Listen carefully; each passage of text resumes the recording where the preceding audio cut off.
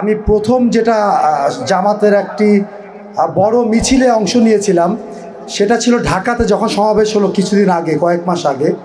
তখন আমি শাহবাগের দিকে গেছিলাম এবং রাস্তাঘাট ব্লক ছিল। অ্যান্ড ইনফ্যাক্ট আমি মিছিলের সামনে গিয়ে ভিডিও করছি, আমার জীবনে ফার্স্ট টাইম। আমার ভিডিও এখনও আছে এবং আমি দেখছি একটা জিনিস লক্ষ্য করছি, আপনাদের দলের নেতা বা কর্মীরা যারা এই মিছিলগুলো নিয়ে যাচ্ছিল তাদের মধ্যে যে শৃঙ্খলা তারা বজায় রাখে, এইটা কেউ অস্বীকার করার মতো না। এবং আমি এটা বলবো যে আমি তো আমাদের দল বিএনপি, আমরা অন্য জায়গায় আমি জানি না, দেবিদ্বারে আমাদের দল খুবই অশৃঙ্খল। আমরা মিছিলে কোনো সময় আমাদের মিছিলের সামনে সব সময় ক্যামেরা মানুষজন, কে সামনে যাবে কে এইতে যাবে। এবং আসলে আপনারা সাংগঠনিকভাবে আপনাদের শৃঙ্খলাটা আমি খুবই অ্যাপ্রিসিয়েট করি। এবং শুধু অ্যাপ্রিসিয়েট না, আমি অনেক চেষ্টা করছি ওই একটা মিছিল দেখার পরে আমাদের লোকজনকে একটু শেখানোর জন্য, কিন্তু আসলে আমাকে মাথায় আসলে কিছু ঢুকে না।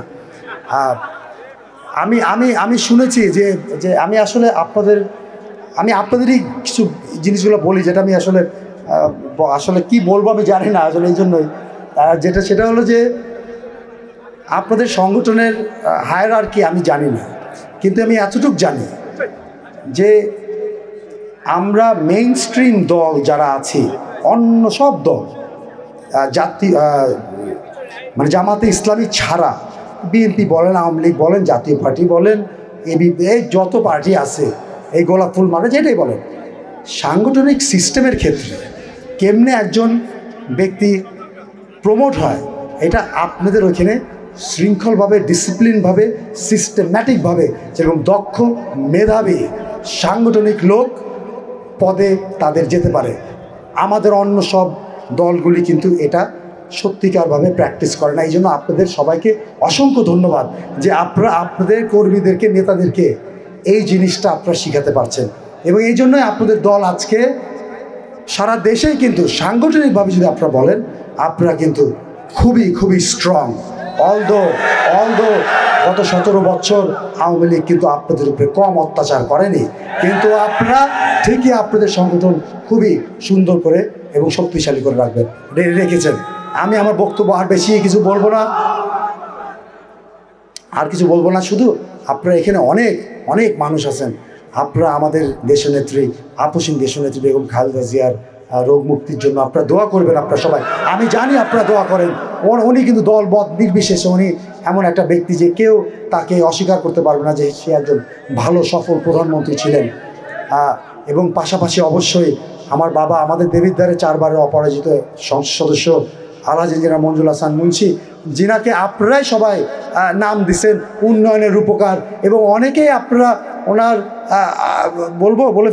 বলে ফেলে যে গোপনে কিন্তু আপনারা অনেকেই আমার বাবার ইলেকশনও করছেন, ধানের শীষ না, কিন্তু মঞ্জুল হাসান মুন্সি ব্যক্তি হিসাবে অনেকেই করছেন। ওইটা ব্যাপার না। এই জন্য আমি আপনাদের সবার প্রতি কৃতজ্ঞ। এবং আমি কোনো সময় মনে করি না যে দেবিদ্বারে কোনো রকমের থাকবে, কোনো কনফ্লিক্ট থাকবে আমাদের দলীয়ভাবে। কারণ আমরা সবাই এখানে, এরা সব হলো আমার আঙ্কেল, কিন্তু আমি বলি আছে শহীদ ভাই আমার ভাই আছে, ঠিক আছে, কিন্তু বাকি কিন্তু আঙ্কেল, কিন্তু আমি কিন্তু ভাই বলি, যেটা আমাদের রাজনৈতিক এর মধ্যে প্রচলিত হয়।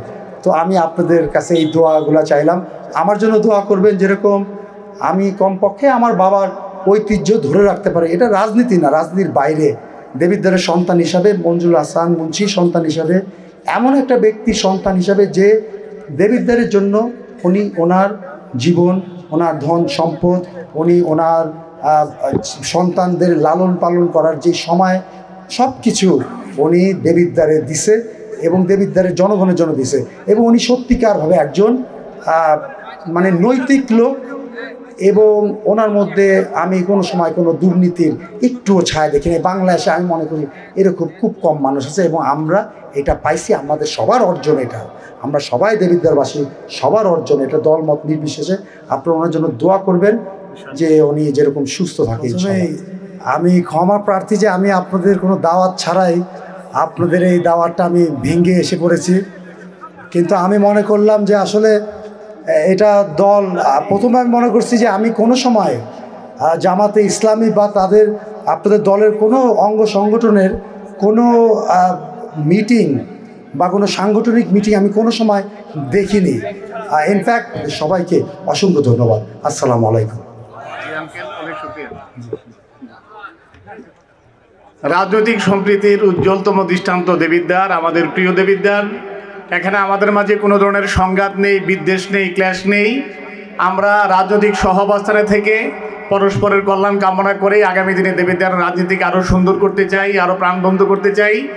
আন্তরিক ধন্যবাদ এবং মোবারকবাদ ইঞ্জিনিয়ার মঞ্জুর হাসান মুন্সির সুযোগ্য সন্তান ব্যারিস্টার রিজভী হাসান মুন্সিকে আমাদের মাঝে এসে আজকে আমাদের শুভেচ্ছায় অংশগ্রহণ করার জন্য। সুপ্রিয় উপস্থিতি, বাকি প্রোগ্রাম শিডিউল অনুযায়ী চলবে।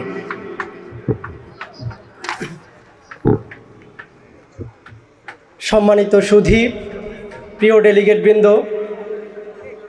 এ পর্যায়ে আমাদের উদ্দেশ্যে বক্তব্য রাখছেন বাংলাদেশ ইসলামী ছাত্র শিবিরের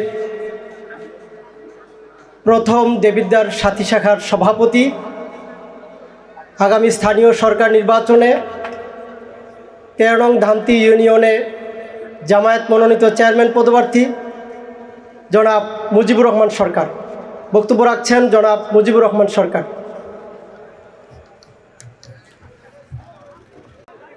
আউযু বিল্লাহি মিনাশ শাইতানির রাজিম, বিসমিল্লাহির রহমানির রহিম। সম্মানিত উপস্থিতি, আপনাদের সবাইকে আসসালামু আলাইকুম। দেবিদ্বার উপজেলা শাখা কর্তৃক আয়োজিত আজকের এই প্রীতি সমাবেশের সম্মানিত সভাপতি, মঞ্চে উপবিষ্ট অন্যান্য অতিথিবৃন্দ এবং আমার সামনে উপবিষ্ট ইসলামী আন্দোলনের প্রাণপ্রিয় সাথী এবং সাবেক সদস্য ভাইরা, সকলের প্রতি আন্তরিক সালাম। সালামু আলাইকুম ওয়া রাহমাতুল্লাহি ওয়া বারাকাতুহু। শুরুতে সে মহান রব্বুল আলমিনের দরবারে সিজদা অবনত চিত্তে কালিমাতে শুকরিয়া আদায় করছি যে মহান রব্বুল আলমিনের অশেষ মেহেরবানিতে আজকে আমরা একটি চমৎকার আয়োজনে সম্পৃক্ত হতে পেরেছি। সম্মানিত উপস্থিতি, আমি দুইটা বিষয়ে কথা বলি, আমি আমার কথা শেষ করব। এক নম্বর যে বিষয় হচ্ছে সেটা হচ্ছে আমরা এখানে আজকে যারা উপস্থিত হয়েছি, আমরা আমাদের এই প্রাণের সংগঠনকে আমাদের জীবনের চেয়ে অনেক বেশি ভালোবাসি। সেই ভালোবাসার জায়গা থেকে সংগঠনের সিদ্ধান্ত মেনে নেওয়ার মন মানসিকতা বর্তমান সময়ের সবচেয়ে বড় দাবি। সম্মানিত উপস্থিতি, আমরা আমাদের মতের কুরবানি দিতে শিখতে হবে। বর্তমান সময়ে সংগঠনের অনেক সিদ্ধান্তের কারণে যখন আমাদের চিন্তার বাইরে চলে যায়, আমাদের মতের সাথে মিলে না, তখন আমরা সংগঠনের সেই বিষয়গুলোকে নিয়ে আমরা সমালোচনা করি। আমরা সমালোচনা করব, কিন্তু সমালোচনা যেই প্ল্যাটফর্মে করা দরকার আমরা সেই প্ল্যাটফর্মেই করব। আল্লাহ রাসূল সাল্লাল্লাহু আলাইহি ওয়াসাল্লাম যখন হুদায়বিয়ার সন্ধির সময় সুহাইল ইবনে আমরের সাথে চুক্তিবদ্ধ হচ্ছিলেন, তখন আবু জান্দাল রাদিয়াল্লাহু তাআলা আনহু মক্কা থেকে পালিয়ে তিনি হুদায়বিয়ার সন্ধিস্থলে চলে আসেন। তখন আল্লাহ রাসূল সাল্লাল্লাহু আলাইহি ওয়াসাল্লাম আবু জান্দাল রাদিয়াল্লাহু তাআলাকে মদিনায় নেওয়ার জন্য সুহাইল ইবনে আমরের কাছে অনুরোধ করলেন। কারণ আবু জান্দাল রাদিয়াল্লাহু তাআলা ইসলাম ধর্ম গ্রহণ করার পরে তাকে মক্কার কাফিররা অনেক বেশি জুলুম নির্যাতন করেছিল এবং তাকে শিকল বেরিয়ে অবস্থায় বন্দি করে রেখেছিল। তিনি যখন ওই জায়গা থেকে হুদায়বিয়ার সন্ধিস্থলে চলে আসেন, তখন মুসলমানরা চাচ্ছিল যে আবু জান্দালকে মদিনায় ফেরত নিয়ে যাবে।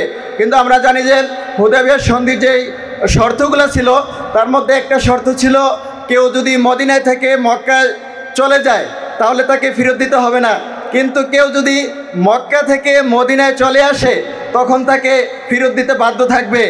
তখন আল্লাহ রসুলের অনুরোধকে উপেক্ষা করে সুহাইল ইবনে আমর বলছিলেন যে তোমরা কিন্তু এখন চুক্তিবদ্ধ হচ্ছ। তখন আল্লাহ রসুল সাল্লাল্লাহু আলাইহি ওয়াসাল্লাম বলছিলেন যে আমরা চুক্তিবদ্ধ হচ্ছি, চুক্তি কিন্তু এখনও স্বাক্ষর হয় নাই। তুমি মুহাম্মদ রাসূলুল্লাহ সাল্লাল্লাহু আলাইহি ওয়াসাল্লামের সম্মানার্থে আবু জান্দালকে ছেড়ে দাও। তখন সুহাইল ইবনে আমর আল্লাহ রসুল সাল্লাল্লাহু আলাইহি ওয়াসাল্লামের সেই অনুরোধকে অবজ্ঞা করে আবু জান্দালকে আবার মক্কায় নিয়ে গেলেন এবং তার উপরে অনেক বেশি জুলুম নির্যাতন করলেন। সম্মানিত উপস্থিতি, মুসলমানরা একজন মুসলমান আরেকজন মুসলমানকে কি পরিমাণ ভালোবাসত, ওই ভালোবাসার জায়গা থেকেও শুধুমাত্র আল্লাহ রসুল সাল্লাল্লাহু আলাইহি ওয়াসাল্লামকে নির্দেশকে মানার জন্য রাসূল সাল্লাল্লাহু আলাইহি ওয়াসাল্লামের নির্দেশকে মেনে মুসলমানরা ওই কঠিন সিদ্ধান্তটাই কিন্তু তারা মেনে নিয়েছিল। এজন্য সম্মানিত উপস্থিতি, আমাদেরকে বর্তমান সময়ে এই বিষয়টা সবচেয়ে বেশি খেয়াল রাখতে হবে। দ্বিতীয় যে বিষয়, আজকে বাংলাদেশ জামাত ইসলামী বা দাঁড়িপাল্লার যে গণজোয়ার তৈরি হয়েছে, এই গণজোয়ার এমনিতে তৈরি হয় নাই। এই জমিনে বাংলাদেশ জামাত ইসলামের আমির জামাতের রক্ত ঝরেছে। সেক্রেটারি জেনারেল সহ শীর্ষ নেতৃবৃন্দকে এই জনপদে ফাঁসির কাস্টে ঝুলতে হয়েছে। ইসলামী ছাত্র শিবিরের 234 জন ভাইকে জীবন দিতে হয়েছে, অসংখ্য ভাইকে রক্ত ঝরাতে হয়েছে। এই জন্য আজকে বর্তমানে যে পরিবর্তনের সম্ভাবনা তৈরি হয়েছে, সেই সম্ভাবনাকে আমরা ব্যর্থ হতে দিতে পারি না। আজকে আমার সামনে যে সকল ভাইয়েরা বসে আছেন, আমরা যদি সিদ্ধান্ত গ্রহণ করতে পারি, আমরা যদি আন্তরিকতার সাথে এই জনপদের প্রত্যেকটা মানুষের কাছে কাছে দাঁড়িপাল্লার মেসেজ পৌঁছাতে পারি, তাহলে আগামী দিনে এই দেশ হবে ইসলামের বাংলাদেশ। এই জমিন যারা জমিন হবে দাঁড়িপাল্লার জমিন। এই জন্য সকলের কাছে আন্তরিকতার সাথে দাঁড়িপাল্লার পক্ষে জনপদ তৈরি করার উদারত আহ্বান জানিয়ে আমি আমার কথা শেষ করছি। বাংলাদেশ জিন্দাবাদ, ইসলামী ছাত্র শিবির জিন্দাবাদ।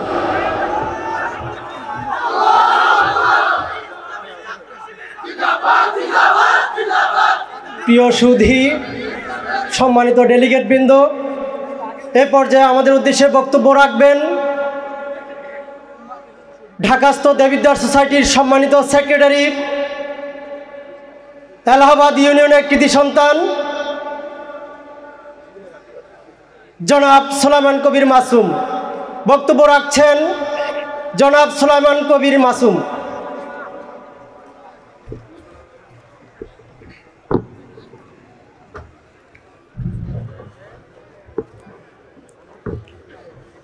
আউযু বিল্লাহি মিনাশ শাইতানির রাজিম। বিসমিল্লাহির রহমানির রহিম। উপস্থিত বাংলাদেশ ইসলামী ছাত্র শিবির দেবিদ্বার উপজেলা শাখা কর্তৃক আয়োজিত আজকের এই সাবেক ভাইদের প্রীতি সমাবেশের সম্মানিত সভাপতি, দেবিদ্বার উপজেলার সংগ্রামী আমির অধ্যাপক শহীদুল ইসলাম, আজকের এই আয়োজনে প্রধান অতিথি হিসাবে বক্তব্য রাখবেন এই সময়ের সবচেয়ে বেশি সারা জাগানো সংগঠন ইসলামী ছাত্র শিবিরের সংগ্রামী কেন্দ্রীয় সভাপতি প্রিয় জাহিদুল ইসলাম সহ আজকের এই আয়োজনের মেহমানবৃন্দ উপস্থিত আছেন। আজকের আয়োজনের মধ্যমণি যারা আমরা কেউ শৈশবে, কেউ কৈশোরে, কেউ যৌবনের দুরন্ত সময়ে ইসলামী ছাত্র শিবিরের মতো একটা শহীদি কাফেলায়, একটা মানুষ গড়ার আঙ্গিনায় আসার সুযোগ হয়েছিল। সম্মানিত উপস্থিতি, শিবিরের প্রোগ্রাম সাবেক শিবির, যারা আমরা সাবেক শিবির হিসেবে আছি, যখন শিবিরের কোনো প্রোগ্রামের আয়োজনের কথা শুনি তো নিজেকে শিবির ভাবতে ভাবতে ভাবতে মনে একটি ভালো লাগে। গত পরশুদিন আজকের এই প্রোগ্রামের প্রধান অতিথির সাথে কথা হচ্ছিল, তো উনি জানালেন যে ভাই আমি তো আপনাদের দেবিদ্বারে যাব। তাই আমি বললাম যে আমাকে তো এখন শিবির ভাবতেই ভালো লাগে। তো এই কথাটা এই জন্যই বললাম, এখানে যে আমরা উপস্থিত হয়েছি সম্ভবত অধিকাংশই দেবিদ্বার উপজেলার কোনো না কোনো গ্রামে বা পৌরসভা বা দেবিদ্বারের এই জনপদেই ইসলামী ছাত্র শিবিরের দাওয়াত পেয়েছি।